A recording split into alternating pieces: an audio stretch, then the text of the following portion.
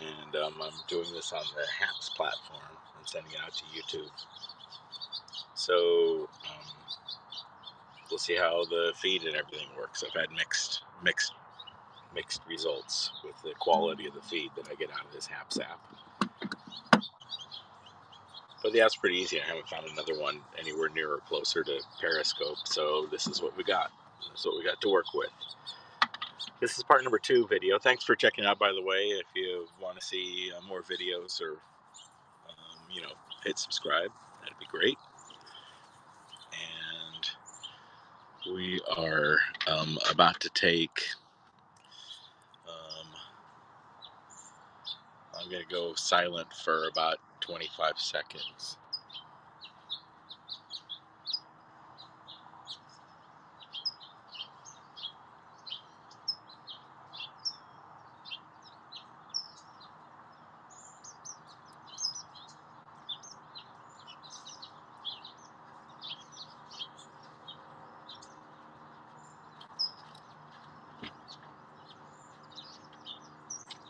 Okay,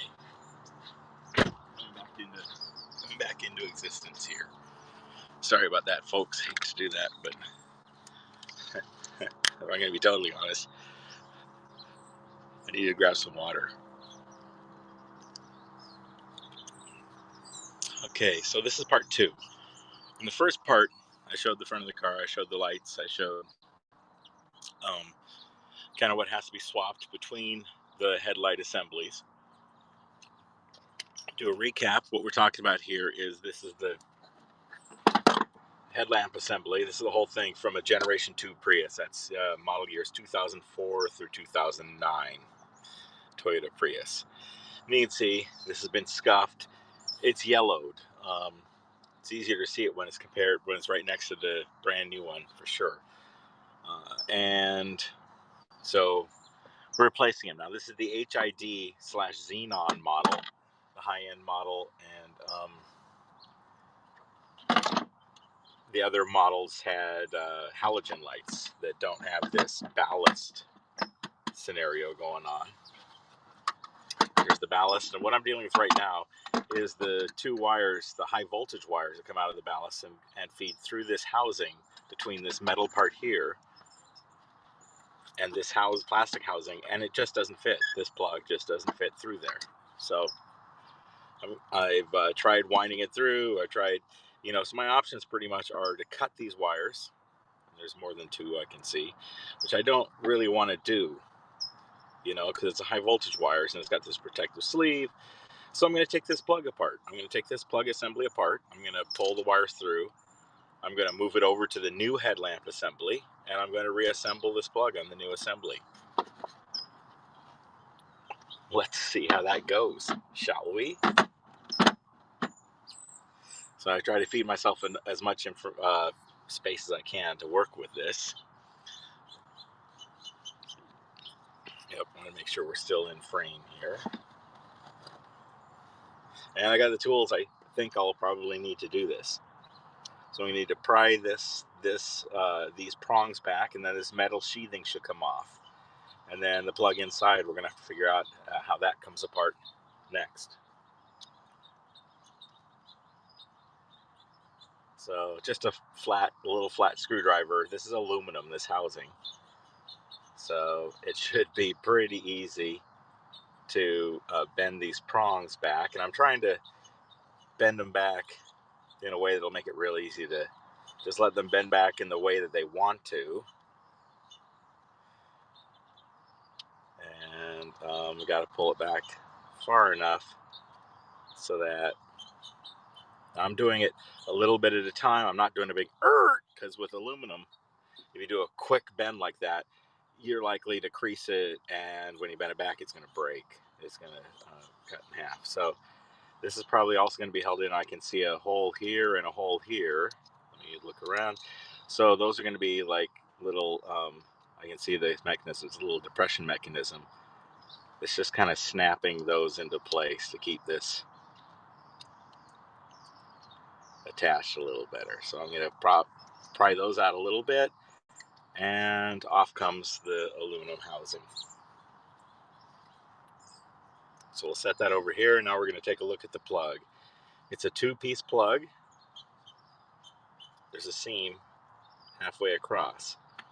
So we're going to take a quick look-see here. I can see the same thing. I can see a couple of places where there's divots and places where I can poke in to pull this apart. Let's look around here. Looks like there's also a clip maybe up here.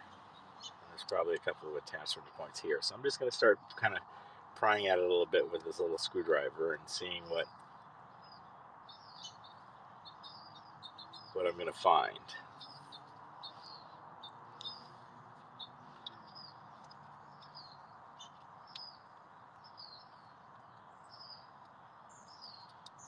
These usually, if you push them in,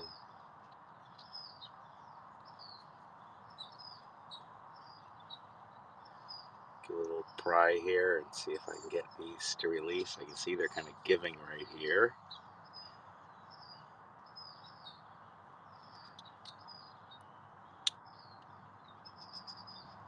I want to be careful not to break off this plastic outer tab here.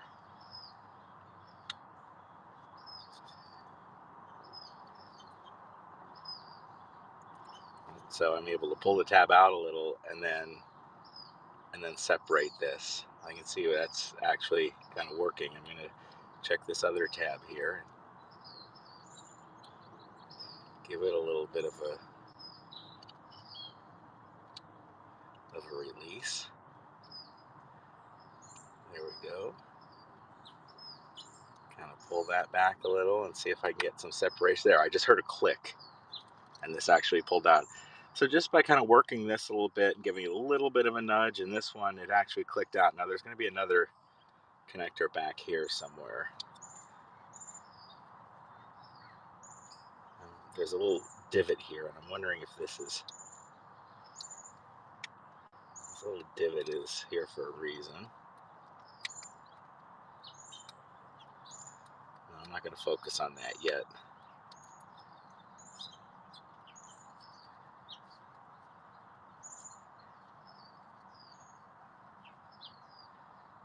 These have little cutouts here.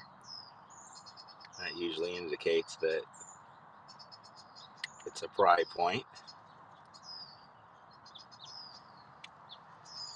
See these little divots here? Do you see these little divots here? I'm pretending like I know for sure that those are going to be the solution. But I'm pretty sure those are going to be the solution. As I'm pulling out here,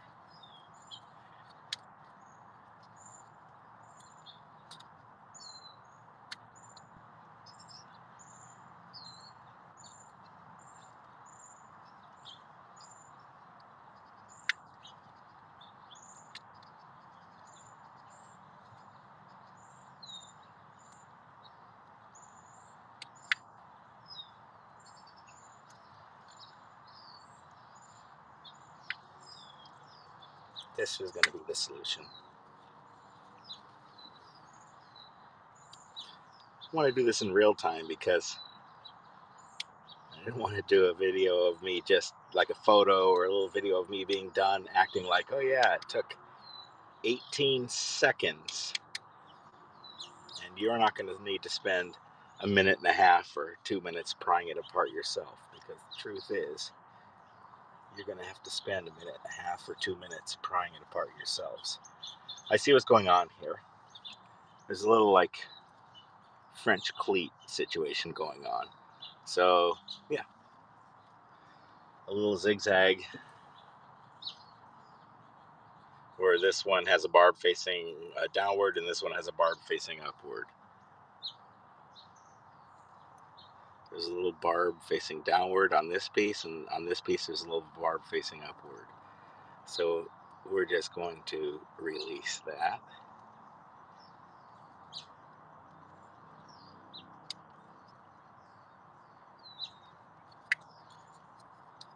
Uh-oh, I heard a snap back, like I just clicked something back into place.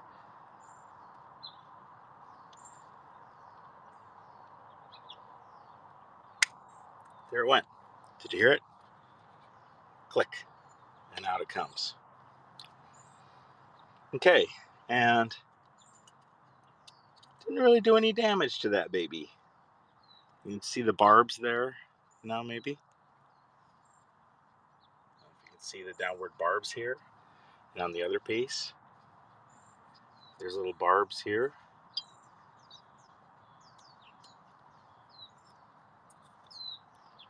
Where the screwdriver blade is hanging up right there and right there.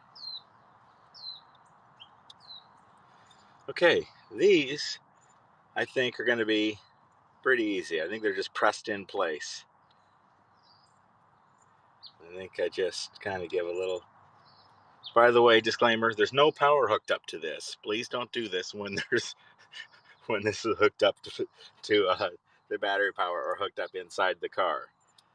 So there we go, and these pull right out. Now, I know I have a video reference, and I also have another camera over here that I'm taking another angle on, so that I can go back in case I forget how this works, or in case I step away and get hit by a car and it takes me a week to recover and I don't remember. That's always a good idea to do. So here's the pieces, folks. That was actually relatively quick and easy. Now we're going to bring this guy up. We're going to pick up the ballast and go ahead, and now we can pull this out.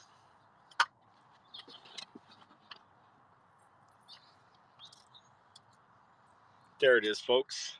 I was actually able to do that with this one tool alone. So yeah, what we have here is the 2006 in this case, but also 2004 to 2009 front headlight assembly, the HID/Xenon model that was on the deluxe and touring versions, the tool needed, and the parts we needed to do. I needed to get the ballast out of this old fixture so that I can install it in the new one.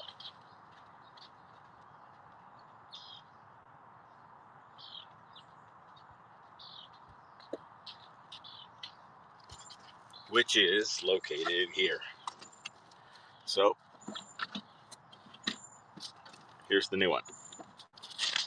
We'll go ahead and finish unpeeling it. The new one came in a nice box. There's really only one of these HID aftermarket lights available. You got to be careful when you're Googling or whatever search engine you're looking. When you're searching for this thing, you got to be careful, because while you're looking for the HID version and you type in HID, it pulls up a lot of results, and most of them are not HID, they're halogen. But the way that the websites are worded, they say like HID, headlamp replacements, halogen, parentheses, not HID. So bam, it comes up in your search results. So the way to tell is the ones that cost less than $350 a pair are not the ones you're looking for. Really, that's really a hard rule at this point. Into the, I'm sure, foreseeable future. If you're looking to replace your Prius Generation 2 HID/Xenon headlights, they're going to cost you like $350 or more. And that's it. And that's without any lamps. Now the Philips lamps, which are the H4DR, ay caramba. 10 seconds while I grab those.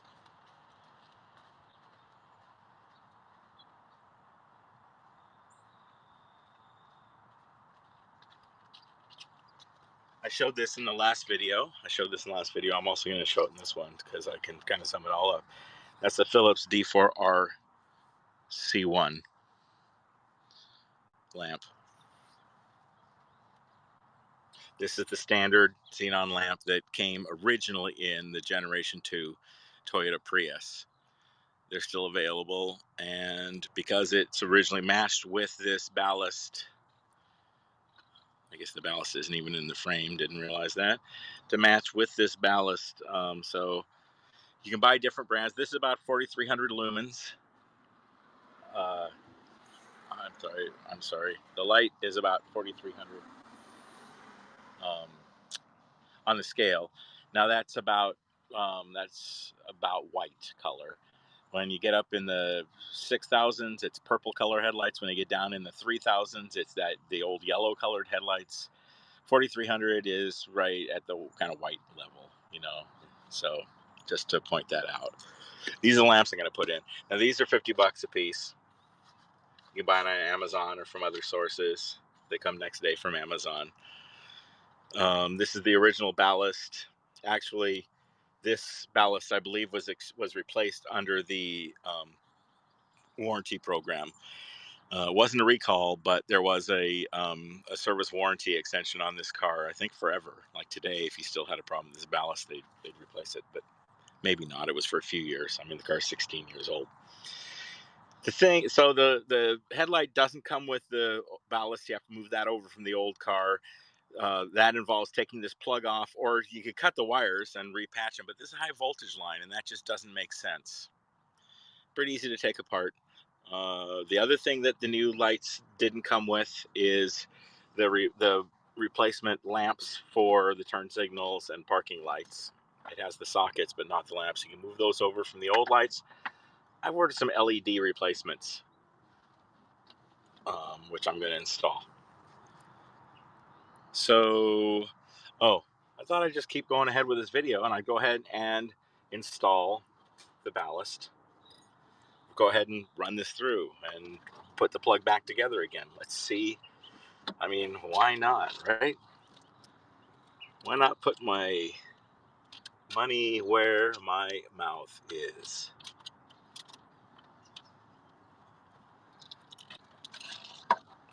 And make sure that it still works in the new application.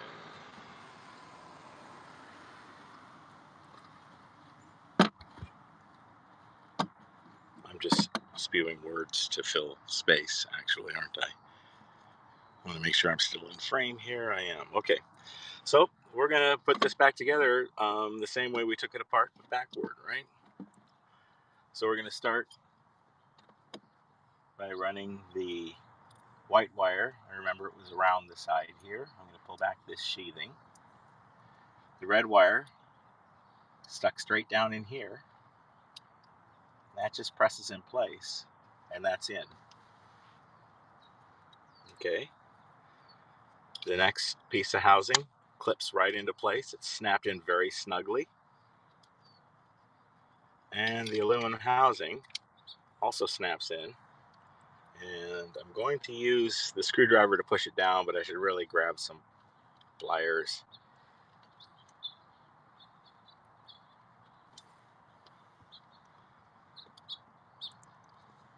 The odds of my damaging a hand by slipping right now are higher than they need to be if I wasn't lazy and didn't want to leave dead air going here. Okay, I'm going to grab some pliers and clamp this down, but you know, dudes, I'll be back in 15 seconds.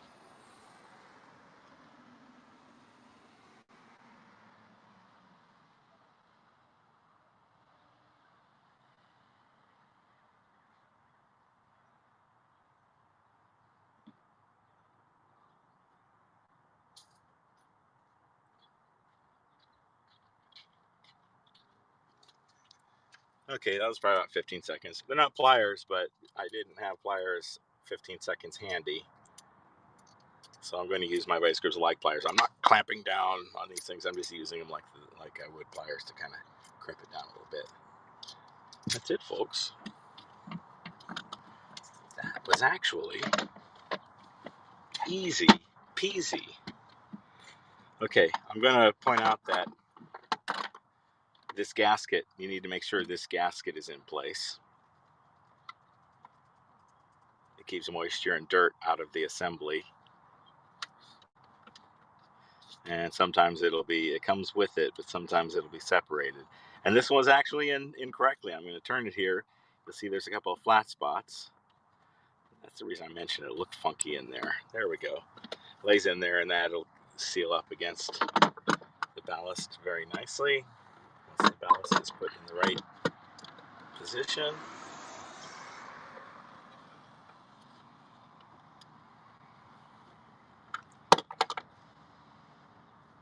I got the screwdriver. I need the screws. 10 seconds. 9,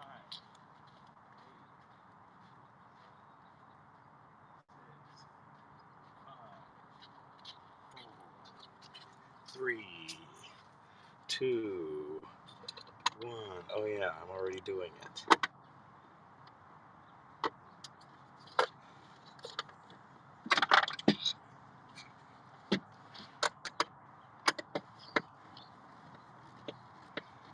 I'm not going to tighten any one of them down super tight to start with. There's a rubber seal underneath. I don't want it pinching by over tightening one corner before the other seat in. It's a pretty standard concept. If there are 5 of them, I'd be going in a star pattern. 1, 2, 3, 4, 5.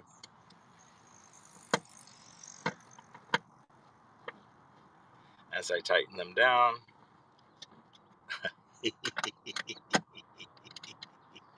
wrong hole.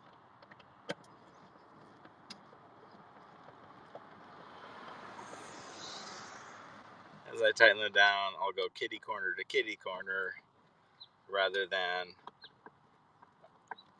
around. Tighten this one a little bit more. Come back to this one. Still haven't seated. Okay, that one's seated.